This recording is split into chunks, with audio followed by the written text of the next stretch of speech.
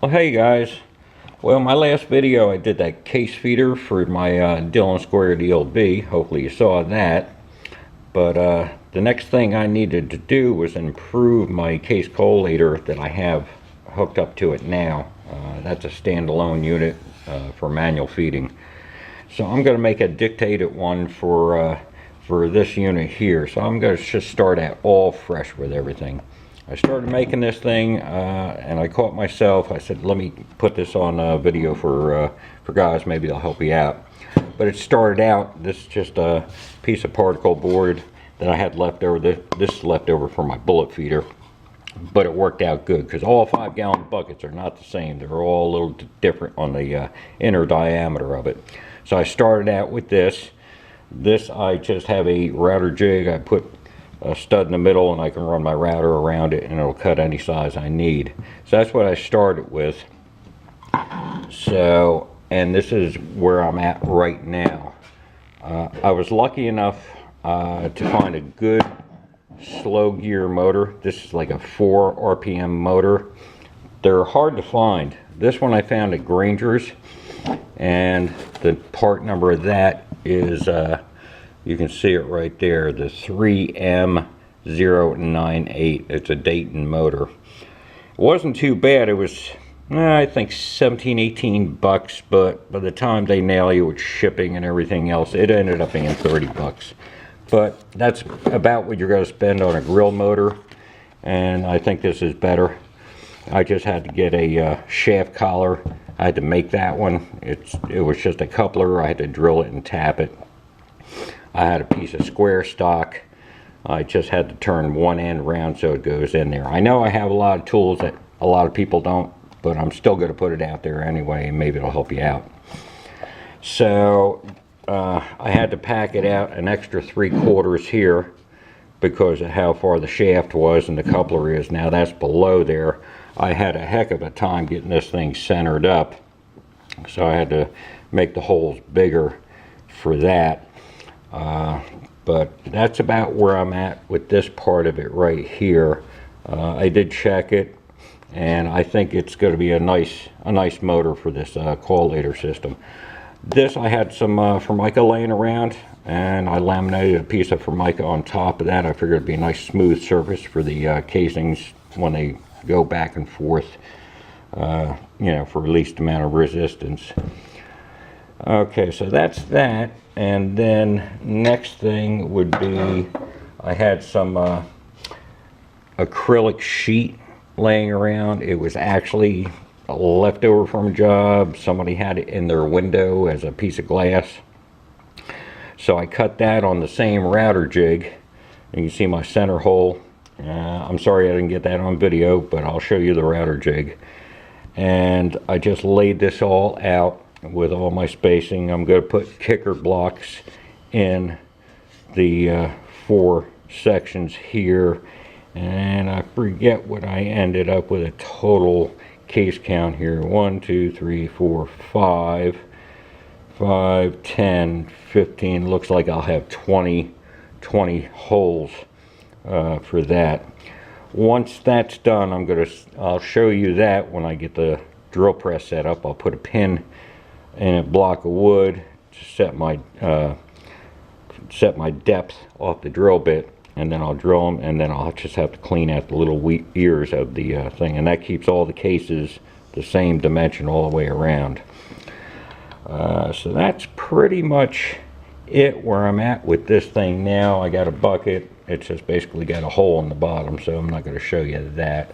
Let me put this aside, and I'll show you this router.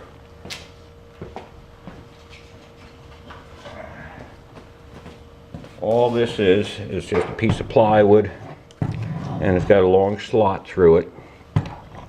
And I have a movable bolt right here. I can move the bolt any which way I want. And then I have the bit there, so you just ride it right around. You can cut any size circle you want with the thing. It's pretty simple, but it works really well. So that's how I did that. So, all right, when I get the drill press set up and get ready to drill, I'll show you that part of it. Okay, I'm over at the drill press now. I'm getting ready to run the holes in this plate, but you can see I just have a small stud, and that's into a wood block right here. Over here I added a extra piece of wood. I put an index mark there, so when I come around to each one I don't have to look at the bit. I just line up the marks and drill it. So that's how all that'll work. So this block is screwed to the table, it can't move. So let me put the camera back in the stand here, and we'll get ready to go. Okay, we're ready to go here. Might be a little loud, you're close to the drill press, but getting ready to drill this thing up. So here we go.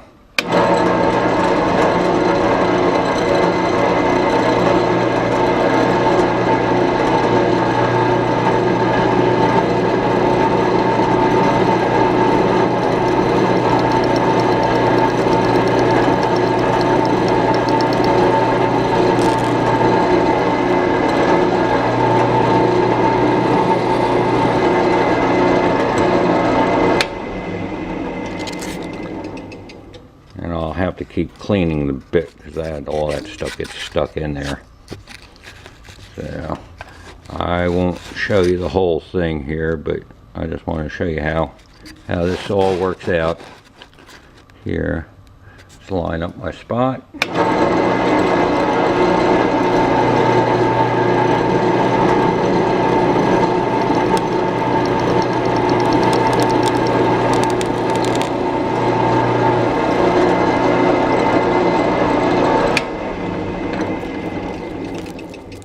See, the plastic does melt a little bit as you do this.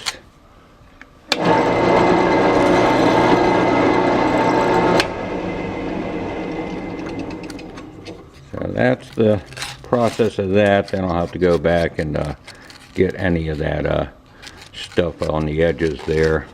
But it's a slow process, but at least you get the idea, and I'll show you what it looks like when I'm done. Alright, I'll be back soon. Okay, I got the plate drilled now. I had to go a little slower. The bit was getting warm, so I had to take a wet rag and wrap it around the bit in between cuts. So yeah, I had to go in a little bit, pull the debris out, go back, and then cool the bit every cut here. I did miscount before. I have 6 per section here, so I have a total of 24. These are drilled out at a 1/2 inch, which is good because it gives me enough clearance for a 45 case to drop through that just nicely. So 2 more things I have to do. I have to cut the webbing out so that turns into a U shape, and then in the center I have to make that a square hole. That I'll do by hand with a square file. I'll go in and I'll just start filing that and fitting that to the square spindle. Once that's done, I'll show you the end product of that part of it. Okay guys, that's it for today. I got to pack up some tools for work. So, alright, take care. I'll talk to you later on this project. Hey guys, I got the shell plate milled up now. You can see I got all the holes cleaned up. Made them a little bit large so nobody fights me. So when I put the case in, I got plenty of room like that. So that's that. I got a couple of temporary kickers on here because I was playing with them and just wasn't really sure. So these are just double stick tape right now. That is that's this stuff right here. I got this, I think I got this at Depot. It's an outside plastic corner, so if you want to put it on the corner of a wall or something, it protects the edge. But it's just light gauge plastic. It bends. You know, it was pretty cheap, but I had a piece of that laying around. I thought that might be a good kicker right there. Might have to cut down the height. I'll play with it. The other thing I did was on the bottom here, you can see these dots. These are on the bottom side. Flip this over. These are little felt pads that they use for cabinets. You put them on the back of the door so the doors don't, you know, bang. I had some of those around. I'm going to put a couple more around the bottom there. I figured that would keep the plastic from being in direct contact with the bottom of the collator. So that's that part of it there, and I'll show you the rest of my progress. Okay, in the last few days I got the base built for this unit here. You can see I just got the brass chute made up today. That bought me a little bit, but that's all wood there. That's all out of one piece of wood. I just had to add a little strip right here to pack it up a little bit, but they work pretty good that way. Down here, that's where the tube will hook to the unit on the Dillon. That I just made the bottom come out a little bit farther and made a little tang that came out, and then drilled the hole for the pipe itself. Put a chamfer on the inside of that, and made sure I had to grind down my bit a little bit so I could make a nice tight fit. So it's just a press fit in there. I have to trim that down yet. So that's that part of it there. Then I just have a little piece of a clear Lexan. I don't know if you can see it. That'll slip into there, I'll trim that all down and just put a couple little screws down that to hold that in place. The other thing I did on the side, you can see I drilled little holes on the side. That is for, I'm going to be putting infrared sensors in there. That'll be part of the shut-off system. I have it on the bullet feeder, so I'm going to tap off the circuit box that I made for that and use it on this too. I thought I was out of luck because Radio Shack, you know, there's no more stores around, but you can still mail order from them. So I got the infrareds from, and they're just tiny little, you know, lights, and they fit. They'll fit right into that hole there, and then I'll drill a hole, run my wires through the face of it. So that's that part of it there, and I'll show you a test fire on this thing. Okay, here's the inside here. Here's your base plate. I milled out a slot down here because the coupler here has a little Allen screw in it, and the only way to get to that would be to drop the motor, and I had a heck of a time getting that thing centered up. So I just made that slot so I can get an Allen wrench in there, and if I have to take that shaft out, I can do that.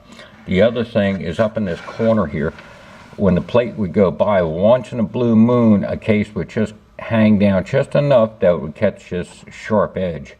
So I filed a ramp down here, so if it's hanging down just a snicker, it'll hit this ramp and it'll ride back up again.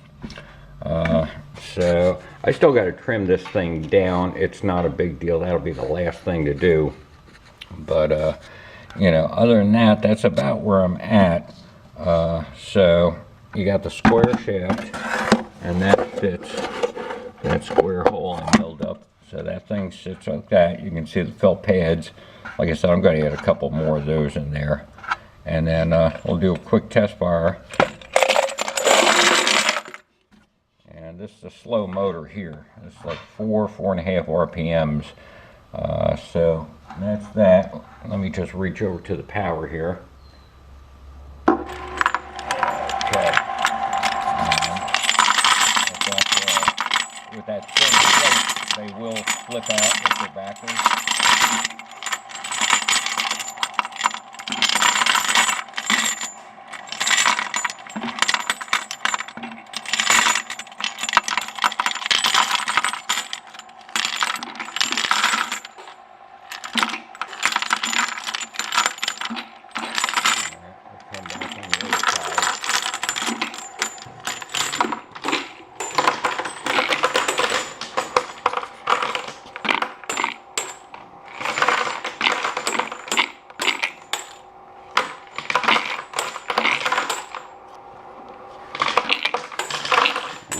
Okay, let me turn the power off here.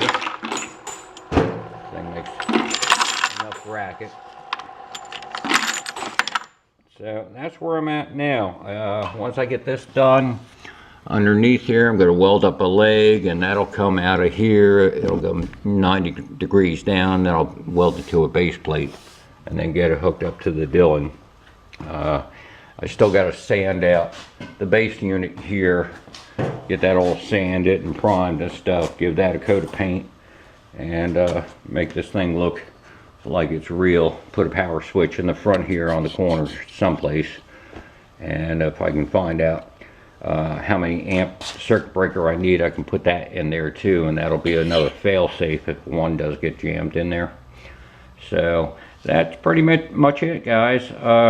I'll show you things as I get things more down the road. Alright, later.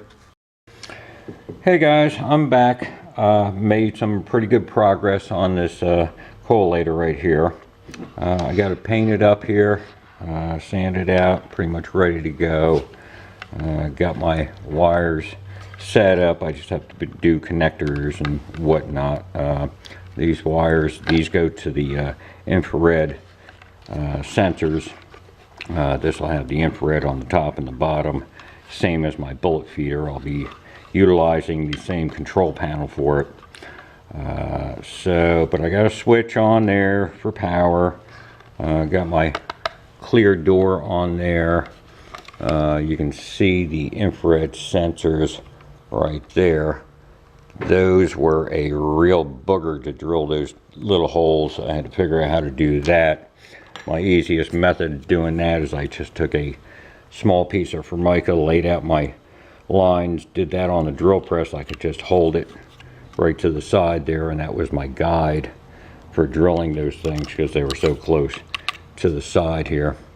So that's pretty much it for that part of it. I got the stand welded up, and that'll attach to the table.